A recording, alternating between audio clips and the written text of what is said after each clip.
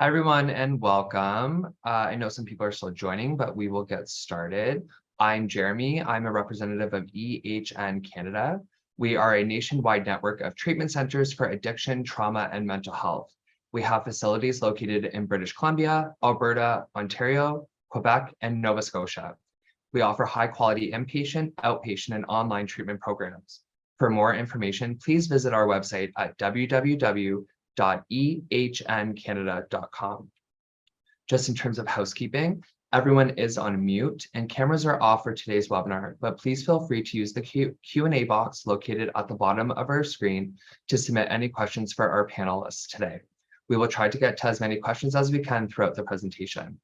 If you are wanting to turn off the chat preview box, please click the up arrow located on the right of the chat box and uncheck the chat preview option. Please remember that this is a professional and inclusive space, and any offensive commentary will not be accepted nor tolerated. Today's webinar is being recorded, and we will be sending out a follow-up email sometime mid to late next week that will include a recording of today's presentation, additional resources, as well as your CEU certificate. I am located in Toronto. Toronto is located on the traditional territory of several nations, including the Mississauga of the Credit, the Haudenosaunee, the Anishinaabe, and the Wendat people. It is covered by Treaty 13 with the Mississauga of the Credit. We also have presence in today's webinar located in Nanaimo, British Columbia. They are located on the traditional and unceded territory of the Coast Salish peoples, the traditional territory of the Sunimuk First Nation. Vancouver is on the unceded territory of the Musqueam, Squamish, and the Tsleil-Waututh nations. If you are new to this work and want to find out whose land you are on or grew up on, please check out www.native-land.ca. Many more of you may be physically present elsewhere, and I encourage everyone to use the chat function to, where applicable, share whose land you are on. Now, to get to today's session, Recovery and Resilience panel discussion. We have Alec Cuss. Alec attended the CTAP, the Concurrent Trauma and Addiction Program, and the Extended Care Program at Edgewood Treatment Center in Nanaimo in late 2018. A veteran of the Canadian Army and the war in Afghanistan, Alec's mental health and substance abuse got progressively worse throughout his life until he finally consented to get help. Clean and sober since 2018, Alec will celebrate 5 years this November. Next year, Alec looks forward to graduating with a Bachelor of Arts in Psychology with a certificate in addiction studies, as well as getting married next fall. We also have Sarah Ritchie. Sarah Ritchie uses they, them pronouns and is a proud part of the Queer Thrive alumni community here at EHN Canada. Their journey has led them to the EHN facility Bellwood, located in Toronto, was initially incited by reaching their absolute bottom mentally, having spent their time prior to their addiction in a public psychiatric facility, and upon discharge feeling completely hopeless, having gotten no help from the public's mental health system. Sarah was told they were treatment resistant and that they would be experiencing poor mental health for their life, and was loaded up with so many unnecessary medications and no discharge resources. Bellwood gave Sarah a life they never knew they could have imagined, helped them come to terms with their denial of their addictions and CPTSD, which were ignored and large contributing factor to Sarah's mental decline. And most importantly, actually listened at Bellwood to them and took time to understand Sarah rather than throw them a diagnosis and more medication.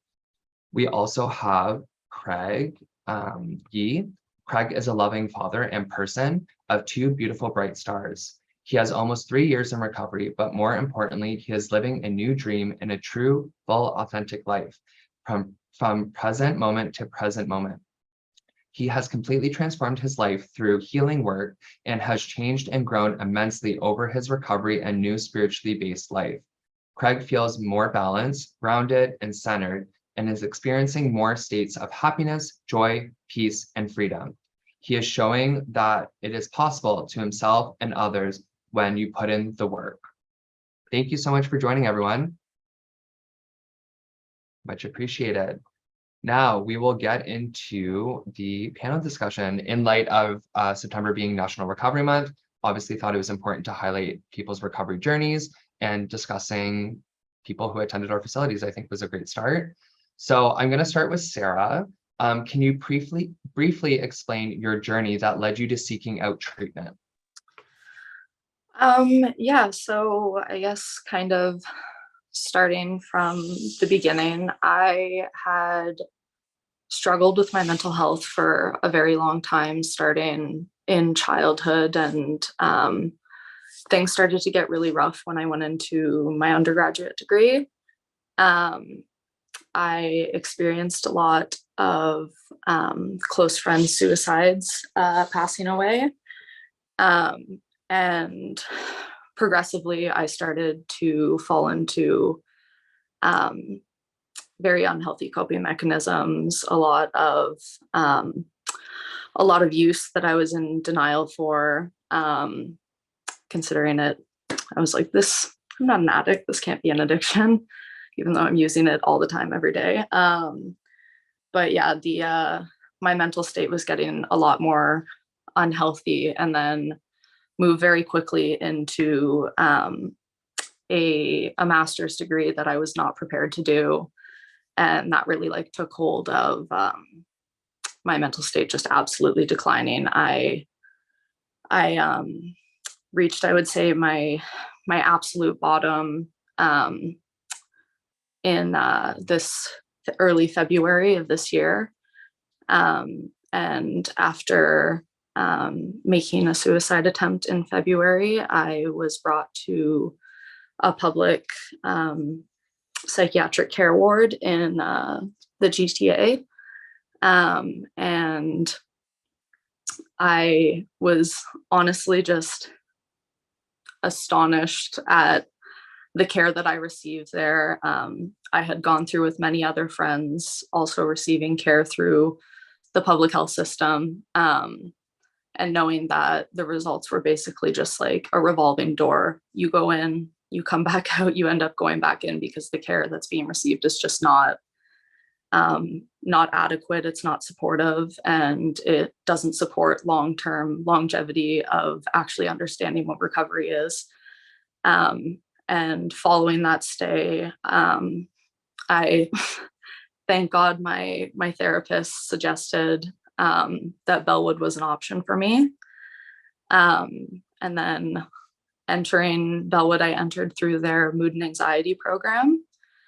Um, and that was the first time when I was speaking to the psychiatrist there that I had actually felt heard and listened to, because prior to, I had gone through so many psychiatrists, so many mental health professionals who had told me over and over again that I had been on every medication, that they didn't know what my diagnoses were properly, and that I was treatment resistant. And that just kind of absolutely being called treatment resistant, and not knowing what the rest of your life is kind of going to look like, kind of brings you to having a pretty non-optimistic look at your future.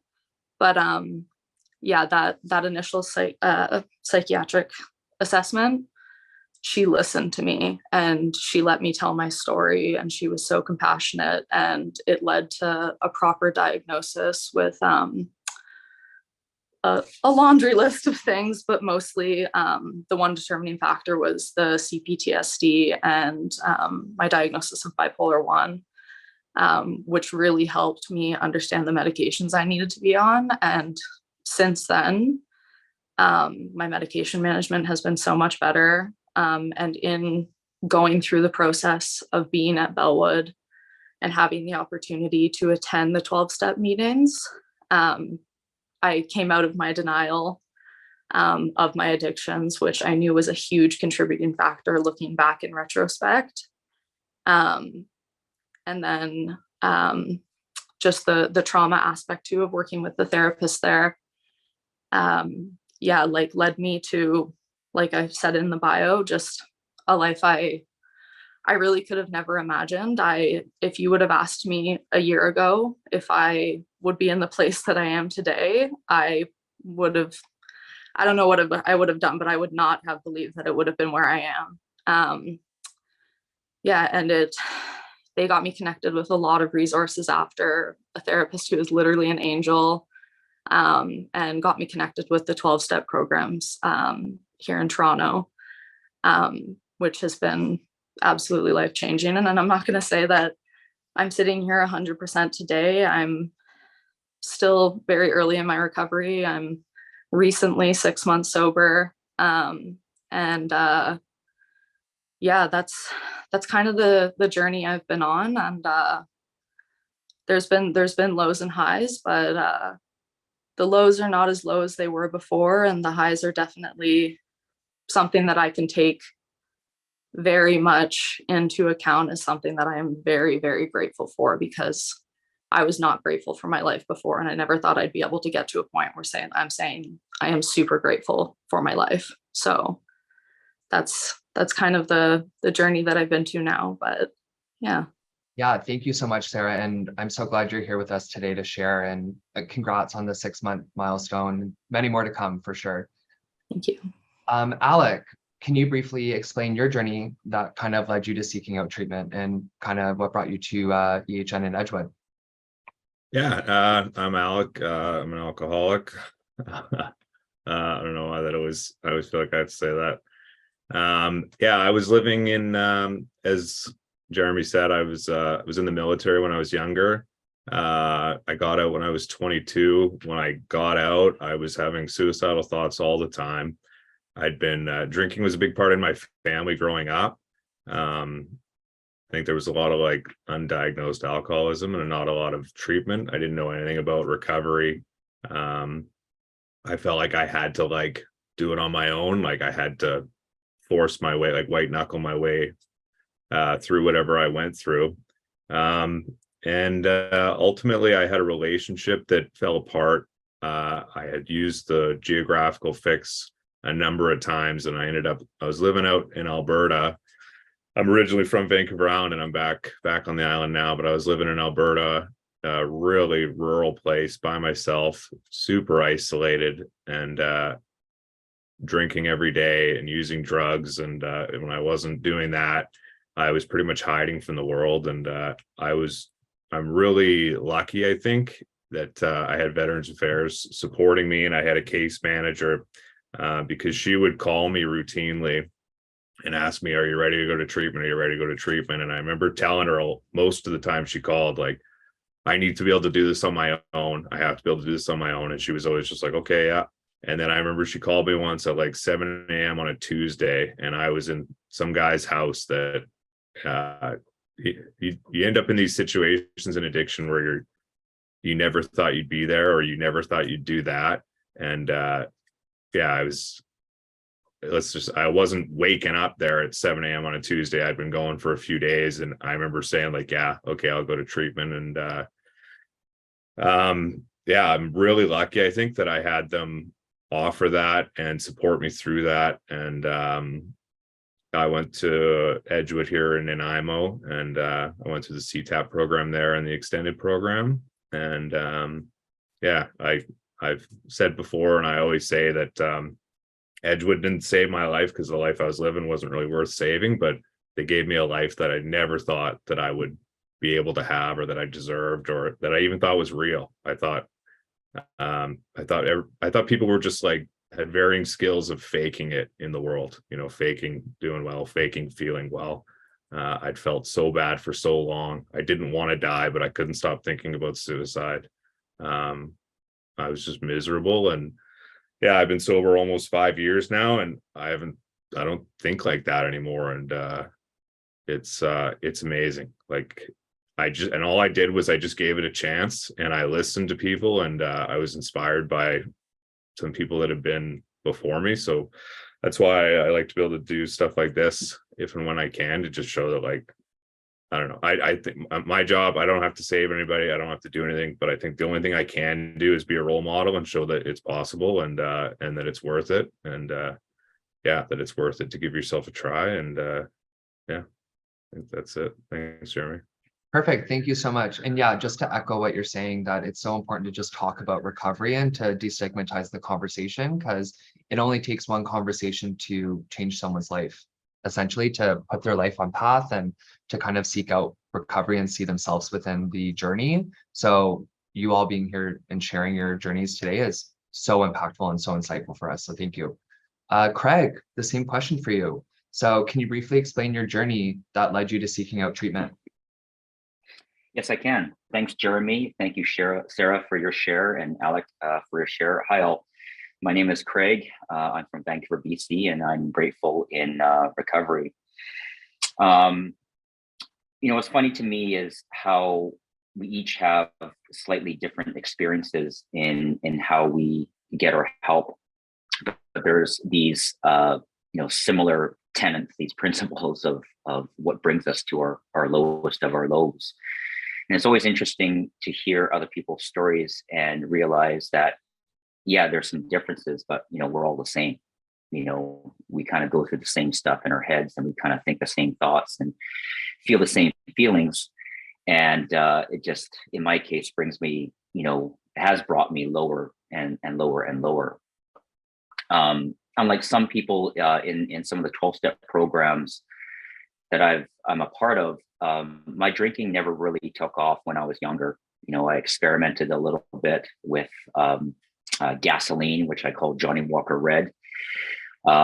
Didn't really party, all too much when I was in high school or even university. It was just sort of like, weekend affairs and things. But as life moved on and I took on more and more responsibilities in work and family and things, and it wasn't really, I know this for a fact that, when my father passed away about 7 years ago now, that my drinking really, really took off.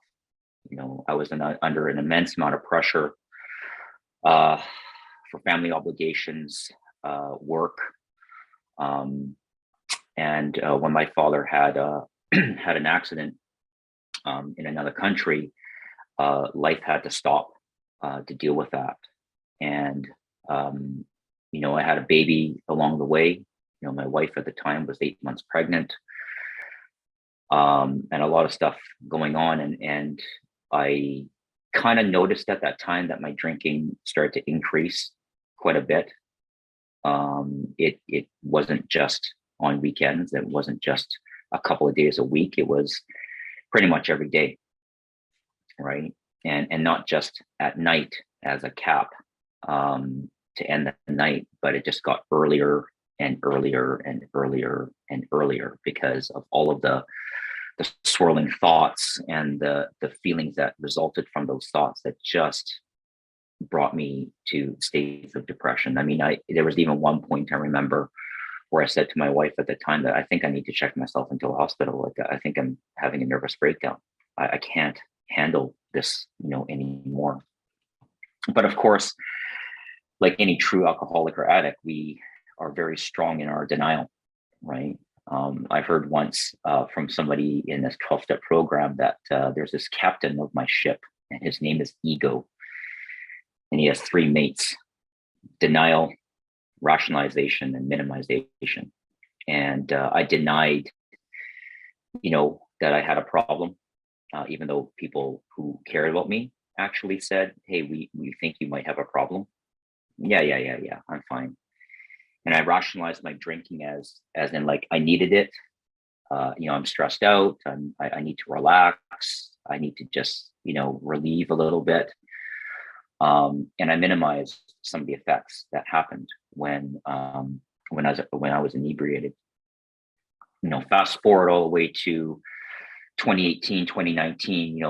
My marriage was on the rocks. Being totally honest, I moved into the basement suite because I couldn't take things anymore, because I was in a toxic, mentally and emotionally abusive relationship. And I had a bad fall, a really bad fall in my bathroom, and ended up smashing my face on the side of a bathroom counter. And when I looked up to check out the damage near my eye, and I actually looked at myself truly for the first time in a long time in the mirror, I didn't even recognize who I was. I was like a ghost. I was gray. I was pale. I had bags under my eyes. The color just left my skin. And I didn't even recognize who was actually staring back at me. And that's when I realized, actually really looking at myself, that, you know what, I think I need some help. And so I called a friend who actually did go to Edgewood 10 years prior to myself. I actually helped, ironically enough, I helped him get into Edgewood. So it's funny how things come back full circle. I called him, and he said something to me that really got me really angry. And he's like, well, Craig, you know, I keep on hearing the same story over and over again. You know, this has been happening for the past 5-6 years. You know, what's different? Maybe you need to do some more R&D. So what do you mean by that? He said, research and development. And I still didn't get it, you know, because I was still licking my wounds. And he said, you know, maybe you still need to keep on drinking. And the words that came out of my mouth were to the effect of F you. You know, that's how strong my denial was and how strong my ego was. And so, you know, conversation after conversation, prayer after prayer, realization after realization, I finally made the call in about a few days after that to EHN, the hotline there. And I was just so broken. And I called, I don't know who took the call at night, but they talked me down so much from the ledge, which I'm very grateful for. I called them 4 days in a row, begging to be let into the program, and even bribed them with more money to get me ahead of the line, because there was a 10-day waiting list. That's how desperate I was, and how hopeless I felt, and how much despair I felt.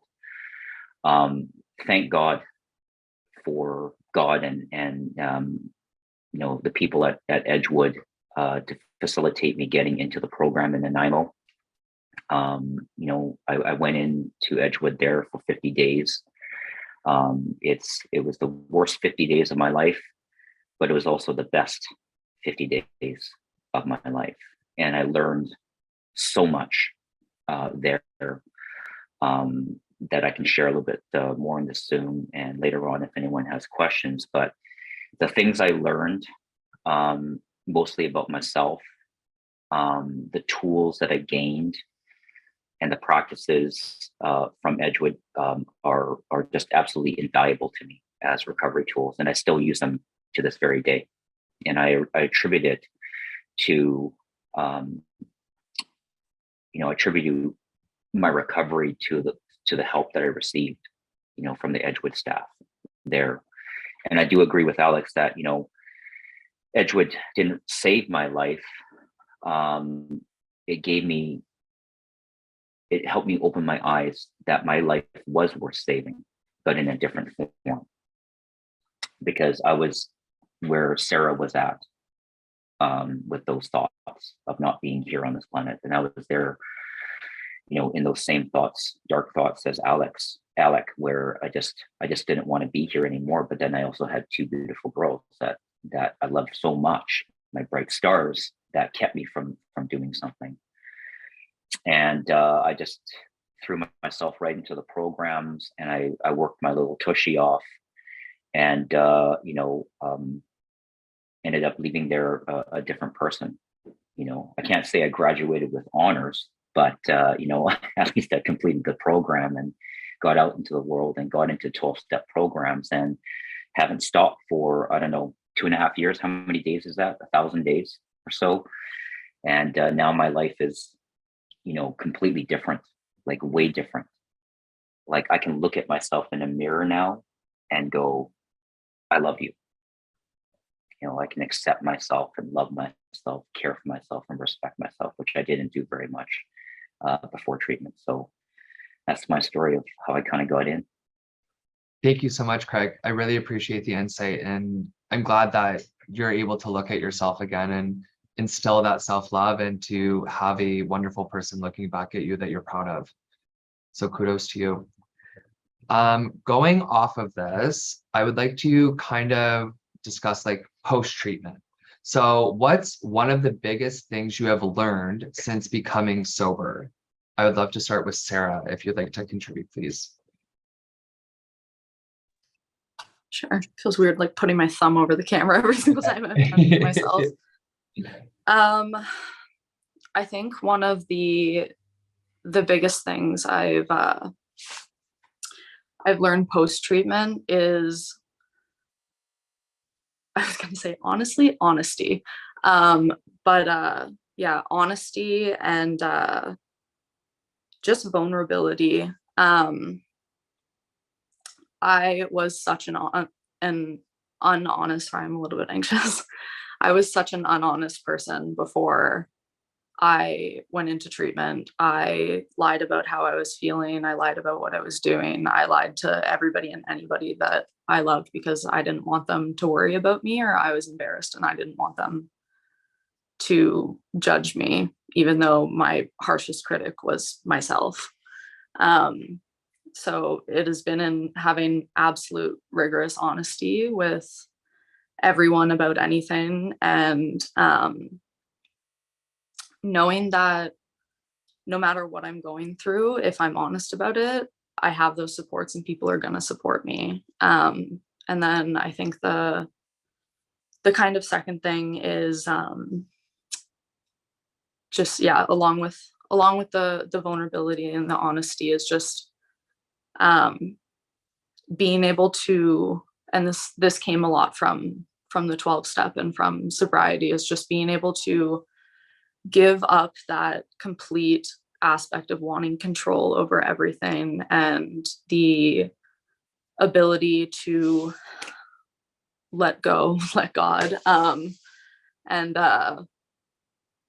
just knowing that there is a path for me, and I wouldn't have gotten to where I am if there wasn't that sort of path. Yeah, and just practicing those skills, being vulnerable with all of that. I was pretty nervous today to come on this panel, just because I have been having a pretty rough go of it the last little days, but I wanted to show the authentic side of recovery, that is, it's not all uphill, it's not straight, it's up and down, there's peaks and valleys. Sometimes those valleys go pretty low, and I had talked to a friend this morning who was like, that's exactly the point of this panel, is to show that nothing's linear. And even though I was struggling really hard and getting to a place where I was upset with myself that I had been doing so well, and like, why am I back in this place now where like I don't love what's happening? I think it's just in being vulnerable and knowing that having that honesty and telling people that you're struggling is how you're going to continue to get pulled out of that hole, kind of thing, and continue to climb. So I kind of went off topic. I don't really know. No, that's perfect. Yeah, I couldn't agree more that the whole point of this session is to highlight the roller coaster that is recovery, that we can send out a promotional video that's edited and marketable and all that, talking about all the great things that have come out of treatment or recovery, and that everything's like perfect and amazing, but that's not the case. Like you're saying, there's highs, there's lows, but the point of prioritizing yourself and putting yourself into treatment is realizing now that you have a support network to rely on. Like, you were able to reach out to your friend. You have different coping mechanisms than you did previously, where you might have turned to a substance. I'm gonna talk to Craig. I know Craig is very like meditative and focused on like wellness and all that. So like, that's a different outlet. Like, there's different ways to cope with that. And again, authenticity, I think, is a fantastic way to kind of formulate the growth within recovery, and to even just acknowledge that today, I think, is growth, and it's an important topic. And I appreciate like you sharing your anxiety and your authenticity with us, because again, it just makes it more relatable, and it's not all bells and whistles and bows, and it's just it's you, which I think is great to highlight. So thank you, Sarah, for sharing that. And then I will go to Alec. So what is one of the biggest things you have learned about yourself since treatment? Yeah, I just want to echo sort of what you were saying there about with Sarah. I remember in Edgewood, there was a chart that basically said like your recovery journey, it's a lot of ups and downs, but you're going up. And yeah, I wouldn't want to portray that like, yeah, it's all been sunshine and rainbows ever since I stopped drinking, but it gets better. And yeah, as Sarah also said, like the lows aren't as low and the highs aren't as well, the highs are more manageable. And But yeah, the things that I've learned, I mean, man, there's so many things going through my mind when you said that. And I think one of the biggest things is community. Like, I was so isolated in my addiction. And I think that's one of the best things when you just go into treatment is you get a community. And I don't know. I have all these like one-liners running through my mind that people have said to me and that I held on to. And it's like, you only have to change you only have to change one thing, everything. You know, I really embrace that stuff. I had a counselor that I think he could tell, and I see a lot in the rooms that I think as a group, we're pretty hard on ourselves, like all the time, like really hard. We're our worst critics. And this counselor would tell me, so like, how can you make that easier on yourself? Because I always kind of look to make it harder. And another thing I don't do quite as much, but in early recovery, I remember like if I was making a decision, I would ask people, I would ask my recovery community. If it's still a big decision, I still do this, but I use this visualization thing where if going left to me at a fork in the road, if it looked like a cliff to me, but everybody in my recovery community was telling me to go left, I know going right, listening to my own ideas and my own justifications, my own rationalizations, I know where it goes. Like, it's just another circle through hell and through addiction. So I think one of my best gifts I have is that I was able to take certain things on faith. And when seeing your peers and stuff, people that have been through treatment, when they told me that if I relapsed, I'd go right back to where I was, like stuff like that helped to keep me on the right path and to have faith. But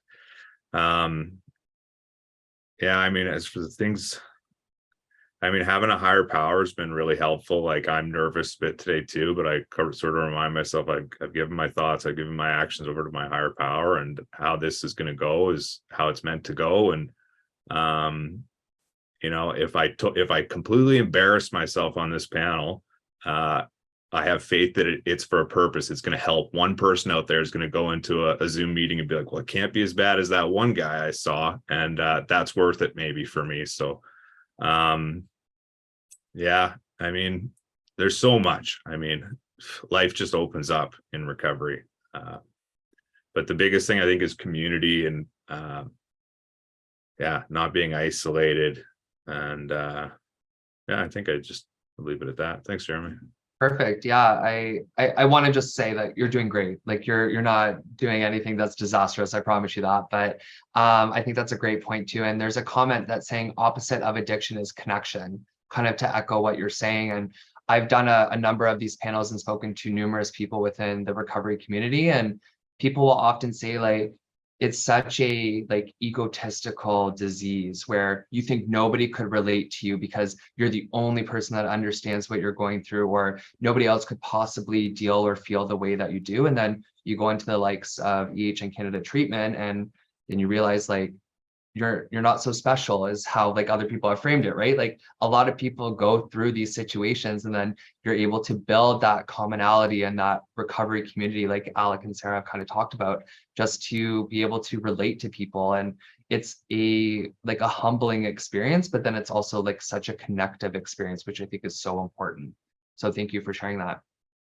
And then Craig, I would like to relay this question to you as well. What's something you've noticed since your recovery?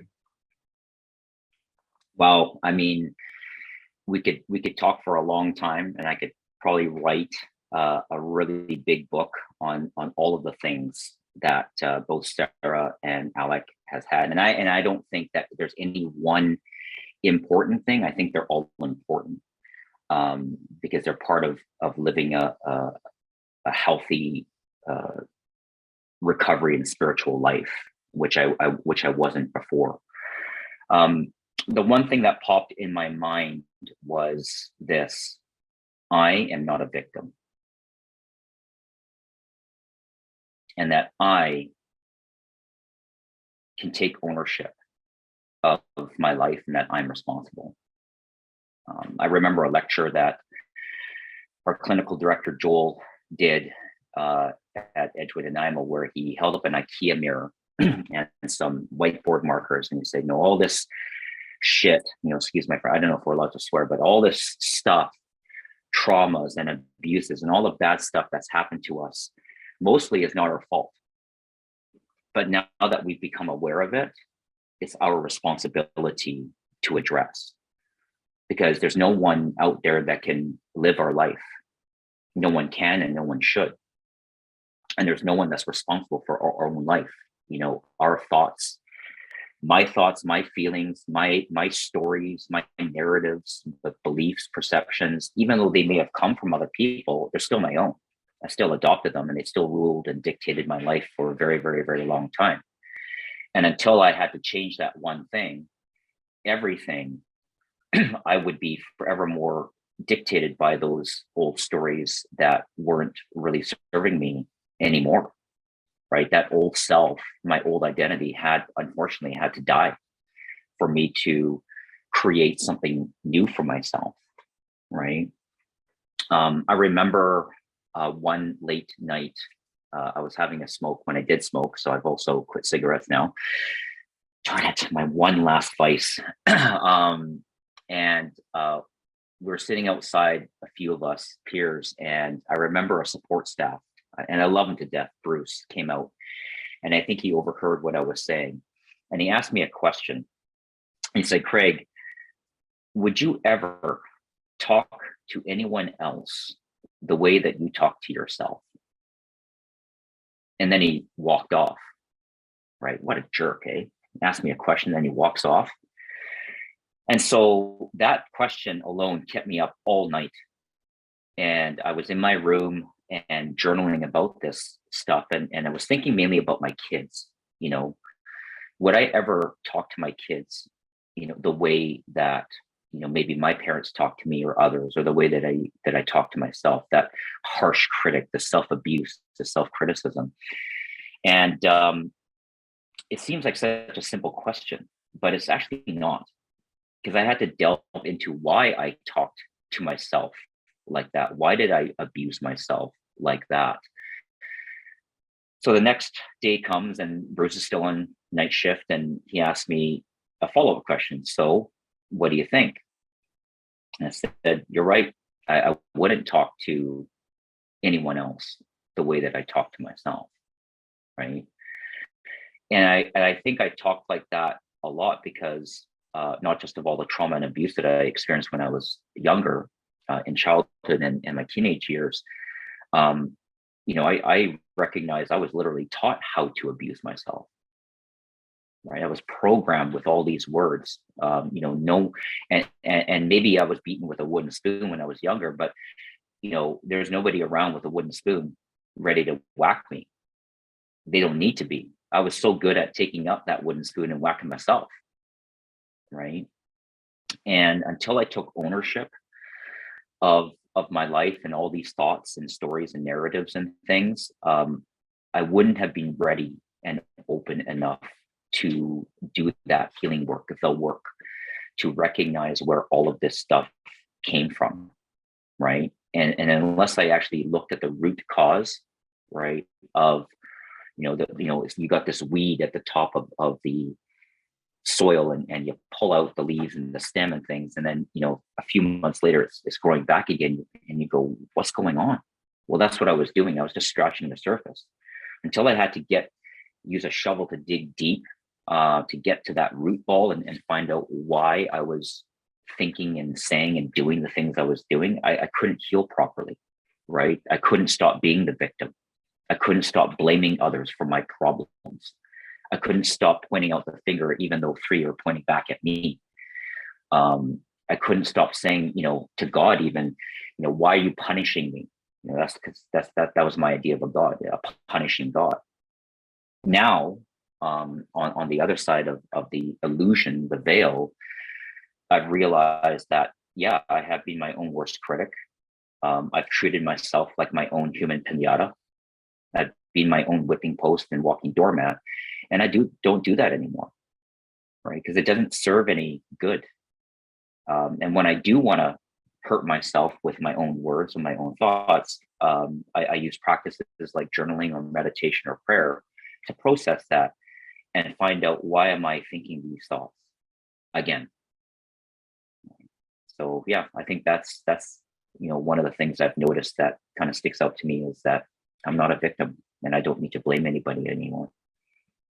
Yeah, thank you so much, Craig, for sharing that. I constantly am reminding myself too, like, would I ever speak to myself that way or speak about others that way? Like, if I'm being, again, I'm my hardest critic as well, and I would never be that harsh on somebody else. And it almost like brings me back to reality, and it grounds me in that sense where it's like you can give yourself the same grace you give others. Like, again, just as other people are humans, you're a human as well. You're experiencing everything sometimes for the first time, or again, what it might be, and just figuring it out. And we're all just figuring it out in this big world, which is daunting, but also opportunity in itself. So it's a lot to gather, but I think those reminders are a great takeaway and a great way to move through life. So thank you again for sharing. I have more of a situational question. So there's someone who is at their rock bottom. They're in desperate need of help. They're not acknowledging it on their end, but their support network is very aware that they need the help. Like, they are needing treatment, they are needing that next step of care, whatever it may be. How do you get to this person the understanding that they do need this care and to take that next step? Is it like, is there a multitude of ways to go about it? Is it listening? Because I know oftentimes people will say, like, and it's been brought up today, that the person that needs the treatment is the person that needs to acknowledge it in order for it to move forward. But is there a way almost that like the support network can assist with that conversation? I think is more the situation or the question at hand, I guess. So Alec, I would love your insight if you'd like to start, please. Yeah, I kind of believe that it's really hard to change somebody's mind. So with something like that, I definitely want to listen, but I also am I'm sort of trying to feel out their boundaries or what their beliefs are, and then just kind of leave little seeds that are hopefully going to grow to for an image to grow and start breaking down that wall that's around them. Because I know for myself, I had to realize it, and it didn't matter how many people told me that I needed help or told me that I was struggling. Like, it almost pushed me further away. So I don't know. I just find it so hard to change somebody's mind in the moment that I just try and leave them little seeds for them to find at the boundaries of their beliefs. And like I said earlier, that I think the best thing I can do is be a role model and show that it is possible. That's why I like talking about our stories is important, is that, like, yeah, I've been there. Like, I remember this experience when I was in CTAP. I had a lot of shame about I'd been in the psych ward against my will for a week. And I remember I didn't know anybody that had ever been like arrested and put in the psych ward. And I mentioned that in CTAP, and we were in a group therapy or something. And like, I think most of the people there had been in a psych ward against their will, and just that realization that I'm not alone, and I'm just not with my people. So yeah, just showing that it's possible, and that a big thing that I found was, if it worked for them, it can work for me. So yeah, but I really try to remind myself it's not my responsibility to save anybody. I can't carry them. I just carry the message. And another thing I'll remind myself a lot is Thich Nhat Hanh has a thing about the greatest thing we can give a person is our attention. So sometimes just sitting with somebody and listening to them is the greatest gift I can give them. So yeah, I'd like to hear some from other panelists. Yeah, no, thank you so much, Alec. I think that's great insight. Sarah or Craig, would you like to add to this? I can add a little something to it. I really liked what you just said, the saying of, I can't carry them, but I can carry the message. I definitely was before one of those people who was like absolute people pleaser. I thought, because of my past experiences with losing so many people to suicide, that I had to save everyone and it was all my responsibility. And it was through that I realized, like, and especially after treatment, that there is nothing that you can say to anybody that is going to change their mind if their mind is set that they do not want help or they are stuck in their way. And I found, along with what you were saying, is the listening aspect. But when it comes to the listening, it's not validating the aspects of what they're saying that is self-deprecating, is pushing them further down into that hole, and validating the aspects of what they're saying that is a piece of them that you know that's there, that wants the help, and validating that piece for them. And just continuing to listen, and like you said, planting those seeds, like leading by example, just letting them know that they have the support, and when they want to make that change, or if they get to the point, sorry, my dogs are barking in the background, if they want to make that change, that you're there to help them get to that point. And you know that in the meantime, that while they're still in that stages, there's resources that can help you along the way, even if it's not to getting them strictly into treatment, just things that can help just along the way. But yeah, I really liked the carry the message aspect of that. I think that's a really important message to be brought forward. Yeah, I totally agree. And then just as like members of someone's support network or recovery network, whatever it may be, I think it's a great like additional, or paying attention to just different steps that people can take, or just having industry knowledge on yourself, attending sessions like this, or knowing about local resources too, so that when the person is ready to have that conversation, you can almost hit the ground running, where you're able to have like resources, and you're able to like have the conversation right away when they're ready, rather than like slowly. And almost, someone said in the message too, like having your window of opportunity and being able to utilize that conversation for the most benefit and productive value, I think is a great step to take as well. Craig, would you like to add anything? Yeah, sure. Thank you, Jeremy. I actually wholeheartedly agree with Alec and Sarah. Like, you cannot change somebody that doesn't want to be changed. And how do I know that? Because I didn't want to change until I got humbled enough to be on my hands and knees, begging, literally begging anyone and anything to help me to change. Before that, I wasn't ready. You know, my friend who was in AA, still is, you know, he 12-stepped me, you know, and I didn't even know what 12-stepping was until I got into the program. And he planted all these like little seeds for years and years and years and years. But I never picked up on the little clues. Because there's this captain of my ship, and his name is Ego, and he was really, really good at denying things and keeping me in the dark. And to be honest, I wasn't ready to listen, right? I wasn't ready to listen to my family, to some friends, to even somebody in AA and other 12-step programs who've been there before me, right? So I actually first had to learn to listen in order to listen to learn, right? And that took a long time to learn to listen and be open. You know, the unfortunate reality is that if a person isn't ready to listen or to change or to be even open to be listening to something, you can't really do much for them. You know, my family tried and tried and tried. I found out later that they were planning an intervention to essentially kidnap me, you know, have a suitcase packed, and while we're on the island, they would have driven me to Edgewood. And thank God that didn't happen, because I think I would have built up a pretty good resentment in treatment for that. In fact, actually, I had a friend of mine, a peer, who had that happen to him, right? Where his cousins from Toronto flew over and essentially got him in a car and forced him against his will. And he only lasted 40 days in treatment, didn't complete the 50, and relapsed a couple of times afterwards, right? He just wasn't ready.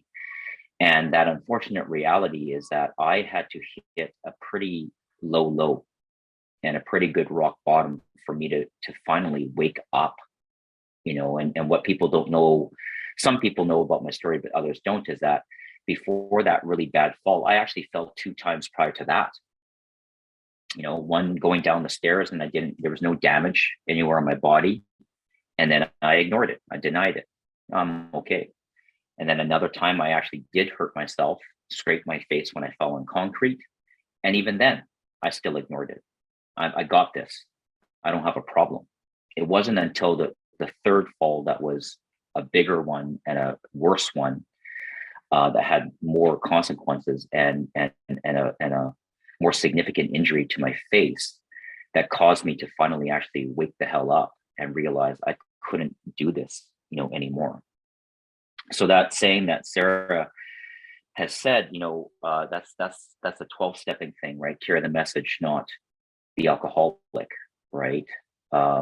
We can only share our experiences, strength, and hope. We can share our story and hope that someone might resonate with it. And if there was any kind of advice I could give, and I usually try not to give advice these days, is if you have a person that you do love and care about, and you're not an alcoholic or you don't think you're one, try to get them to talk to somebody that might share a story. Because as Alec referred to in his share previous to this, if there's somebody that we can connect with, that we can relate to, that's that strength of that community.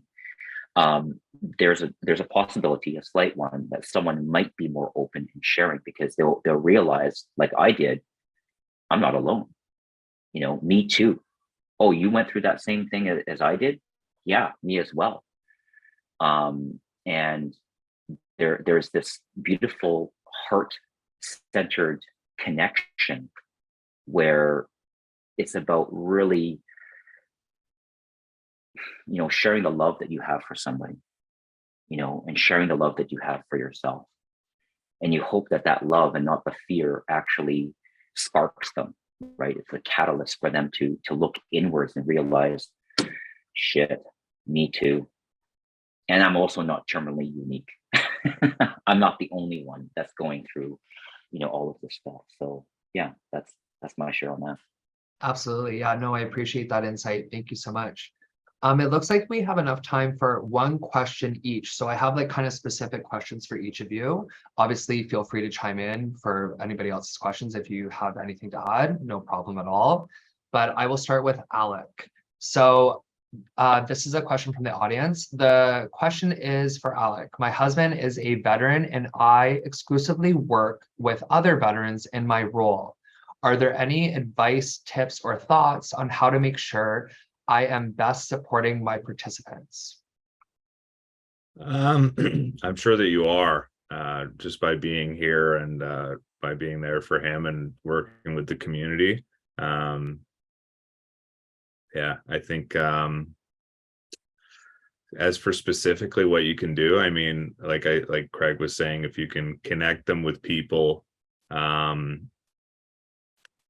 maybe have been where he's been before. Like I went through the CTAP program as first responders and military, and there were people that I looked up to in there and that I could relate to, and I was so isolated from that. But and also what's really been echoed is that you can't force somebody to hear something they're not ready to hear. Like, I think my case manager, in hindsight, she would just call every once in a while and just say, are you ready to go to treatment? And she didn't force it. She didn't push it, because I think I would have resented it, like Craig said, if I'd been forced to go to treatment. And eventually she asked when I looked around and realized what like things are not going well. So I think, yeah, just being ready and asking the question, but not forcing it. Just as long as they know that there is another way and that recovery is possible. So if they're exposed to that and that they know that whenever they're ready, they can make a change, I think that's all you can do. And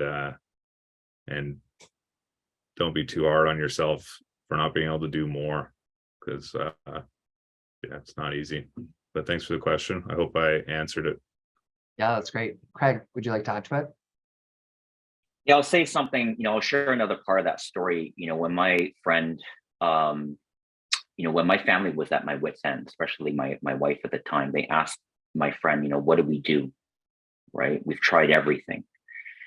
And his response was, love him more. That's all you can do.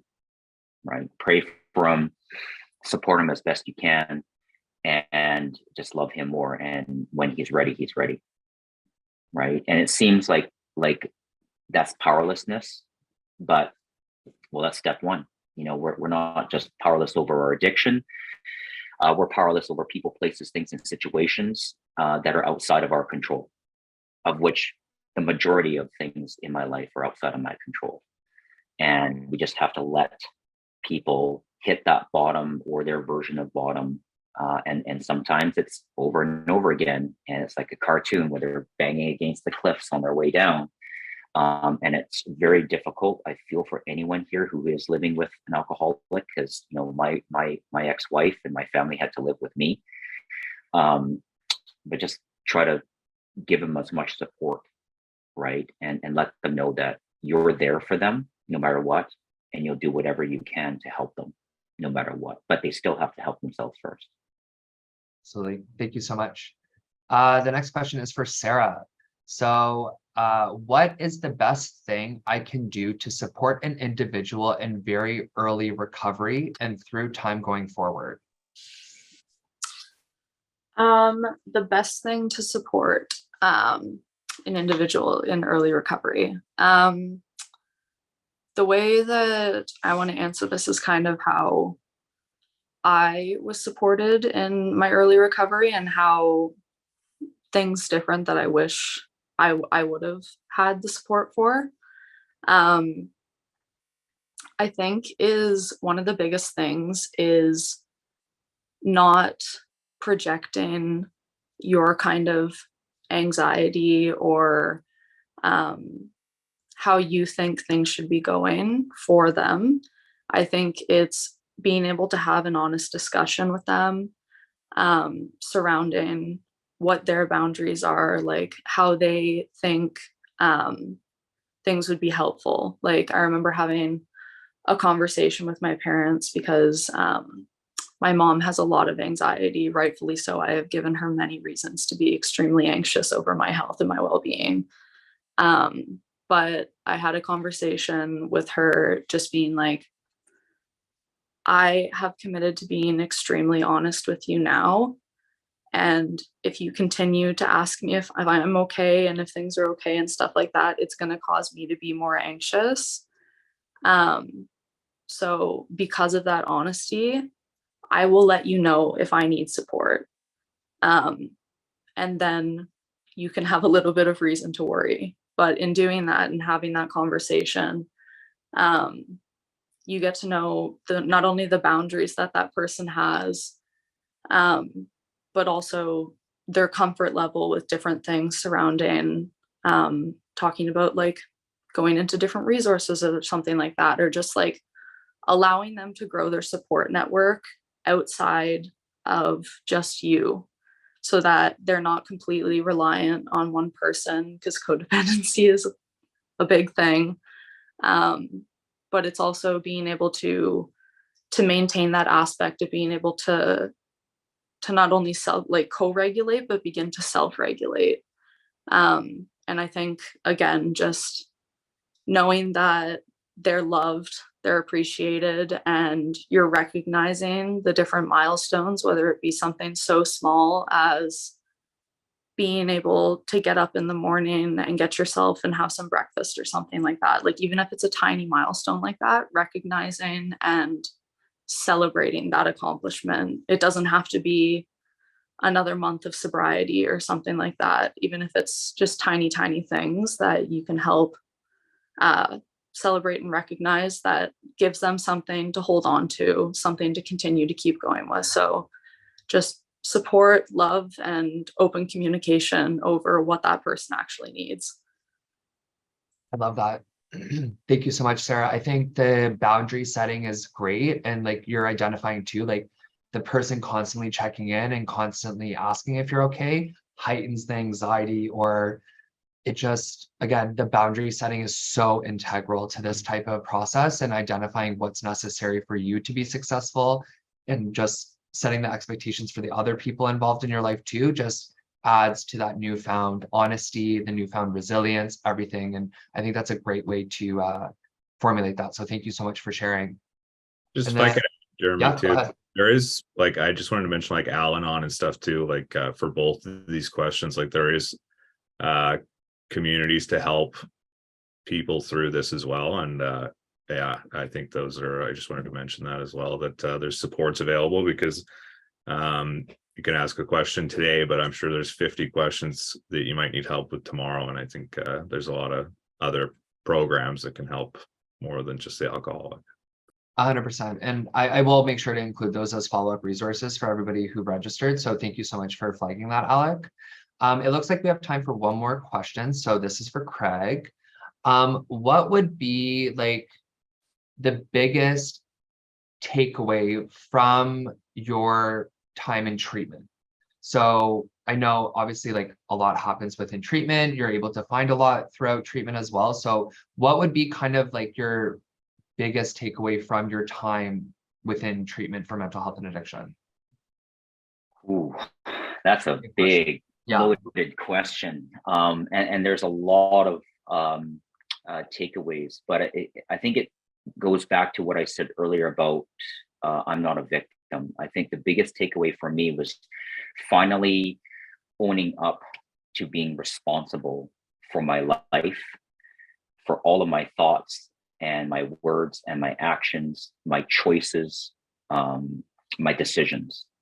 You know, before treatment, I blamed so many people, you know, my mother, my father, my grandparents, my cousins, my nephews, my nieces, my aunts, my uncles, my friends, my peers, my bosses, like you name it. Nothing was ever my fault. It was always something that somebody did. And how I perceived it at that time, even in treatment, was, well, you did this to me. This was an attack. Now I'm going to go on the offensive and I'm going to attack you back, right? And now I've realized with a lot of that work in treatment that helped me get these tools is that, you know, what all those people did to me was actually for me.